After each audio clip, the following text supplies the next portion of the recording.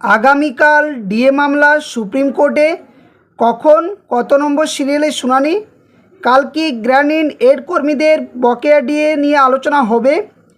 বকেয়া ডিএ কি কর্মীরা পাবেন? জানুন বিস্তারিত তথ্য। Hello friends, welcome to my YouTube channel the web education. So friends, এই মুহূর্তে আপনাদের জন্য একটা গুরুত্বপূর্ণ আপডেট শেয়ার করতে চলেছি। সেটা হচ্ছে বকেয়া ডিএ সংক্রান্ত যে মামলা, সেটা কিন্তু আগামীকাল সুপ্রিম কোর্টে উঠতে চলেছে, যেখানে বিচারপতি সঞ্জয় ক্যারল এবং বিচারপতি প্রশান্ত কুমার মিশ্র ডিভিশন বেঞ্চে এই মামলার শুনানি হতে চলেছে। তো আপনারা জানেন যে ইতিমধ্যে রাজ্য সরকারের তরফ থেকে যে তথ্য বা অর্থ দপ্তরের তরফ থেকে যে তথ্য, সেটা কিন্তু সুপ্রিম কোর্টের গঠিত হওয়া যে কমিটি, যেখানে ইন্দু মালহোত্রার নেতৃত্বে কমিটি গঠনের যে রিপোর্ট, সেটা কিন্তু সেকেন্ড রিপোর্ট পেশ করা হয়ে গেছে।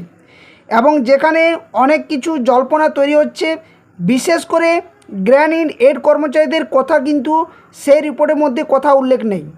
সাথে সাথে অনেক এমন পেনশনার, ফ্যামিলি পেনশনার বা আরও অন্যান্য যে সমস্ত সরকারি কর্মচারী, রিটায়ার্ড পারসন রয়েছেন, তাদেরও কথা কিন্তু সেই ডিএ সংক্রান্ত যে রিপোর্ট, সেখানে কিন্তু তথ্যের মধ্যে অনেকটা গরমিল দেখা দিয়েছে। তো এই সমস্ত বিষয়গুলো আগামীকাল একটা চরম উত্তেজনাপূর্ণ অবস্থাতেই কিন্তু মামলার শুনানি হতে চলেছে। এবং সাথে সাথে একটা কথা বলে রাখি আপনাদের, যে আজকে সুপ্রিম কোর্টে যে প্রাথমিকে 32,000 চাকরি বাতিল মামলার শুনানি, সেটা কিন্তু আজকে হয়নি, কারণ যেখানে একজন বিচারপতির উপস্থিতি না থাকার জন্য মামলাটি পিছিয়ে যায়। এবং আগামী 22শে আগস্ট, সম্ভবত 22শে আগস্ট, বিচারপতি সঞ্জয় ক্যারল, যিনি এই বকেয়া ডিএ সংক্রান্ত মামলা দীর্ঘদিন ধরে শুনানি করাচ্ছেন, তিনি কিন্তু সম্ভবত অবসর নিতে চলেছেন। তো তারই পরিপ্রেক্ষিতে কিন্তু আগামীকাল যে মামলা, একটা চরম পর্যায়ের মধ্য দিয়ে শুনানি হবে। তো কী আপডেট উঠে আসছে আপনাদের সামনে এক এক করে একটু শেয়ার করার চেষ্টা করব। তো সকলে ভিডিওটা শেষ পর্যন্ত দেখবেন, স্কিপ না করে। আর যারা চ্যানেল নতুন ভিউয়ার্স রয়েছেন, এই ধরনের গুরুত্বপূর্ণ আপডেট নিউজ তথ্য পাওয়ার জন্য অবশ্যই বলবো চ্যানেলটি সাবস্ক্রাইব করে পাশে থাকা বেল নোটিফিকেশন করবেন। তো চলুন একবার সুপ্রিম কোর্টের যে অ্যাপিলেটেড ওয়েবসাইট, সেখানে যাওয়া যাক কী তথ্য উঠে আসছে। তো দেখুন, আমরা সুপ্রিম কোর্টের যে অ্যাপিলেটেড ওয়েবসাইট, সেখানে কিন্তু এসে গেছি, যেখানে আপনার ডায়রি নাম্বার দেখতেই পাচ্ছেন 2110/8/2026, যা মামলাটা হচ্ছে the state of West Bengal versus confederation of state government employees West Bengal.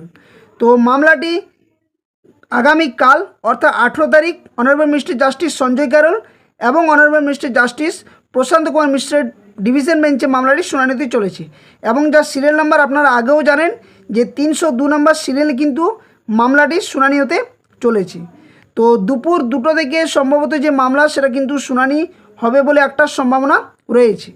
তো এখন দেখার বিষয় যে এই মামলাটি যে সিরিয়ালে, সেখানে অনেকগুলো মামলা কানেক্টেড রয়েছে, যেখানে বিভিন্ন শিক্ষক সংগঠনের যারা রয়েছেন অ্যাডভোকেট, তারাও কিন্তু অলরেডি যে আগামীকালের শুনানির জন্য যে সমস্ত তথ্য, সেগুলো নিয়ে একদম উপস্থিত হয়ে গেছেন।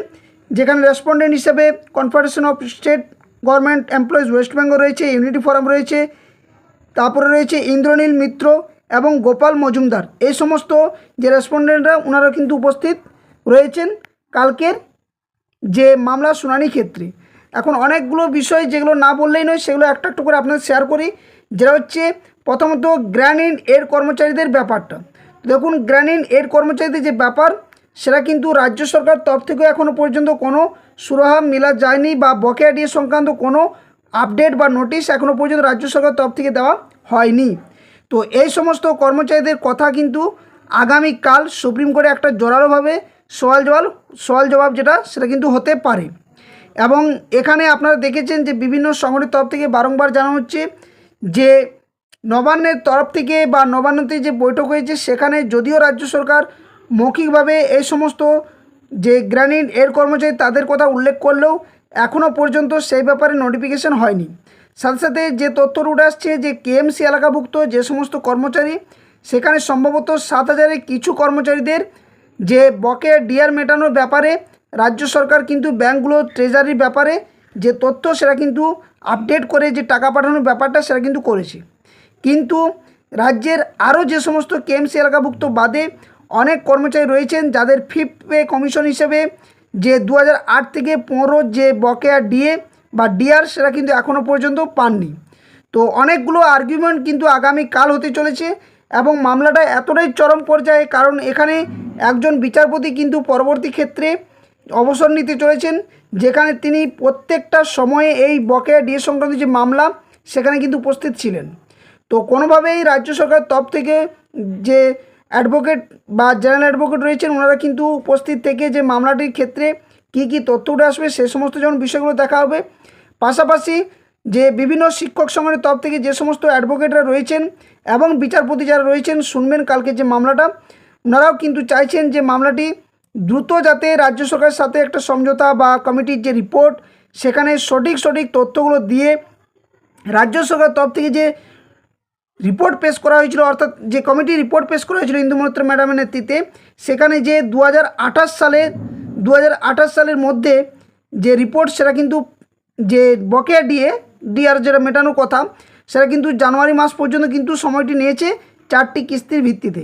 তো এখানে কোনোভাবেই চাইবে না কর্মচারী সংগঠনগুলো যে এই 4 কিস্তির মধ্য দিয়ে যাতে মেটানোতে কোনোভাবেই বিলম্ব হোক এবং প্রত্যেকটা হিসেব নিকেশের ভিত্তিতে যাতে করে যে আমাদের রাজ্য সরকার তরফ থেকে অর্থ দপ্তর তরফ থেকে প্রত্যেকটা তথ্য যেন সঠিকভাবে কর্মচারী সংগঠনগুলোকে জানানো, সাথে সাথে রিপোর্টের মধ্যে যে তথ্যগুলো দেওয়া রয়েছে সেগুলো ফুলফিলভাবে সে শর্ত পূরণ করা, এই সমস্ত বিষয়গুলো কিন্তু আগামীকাল উঠতে চলেছে।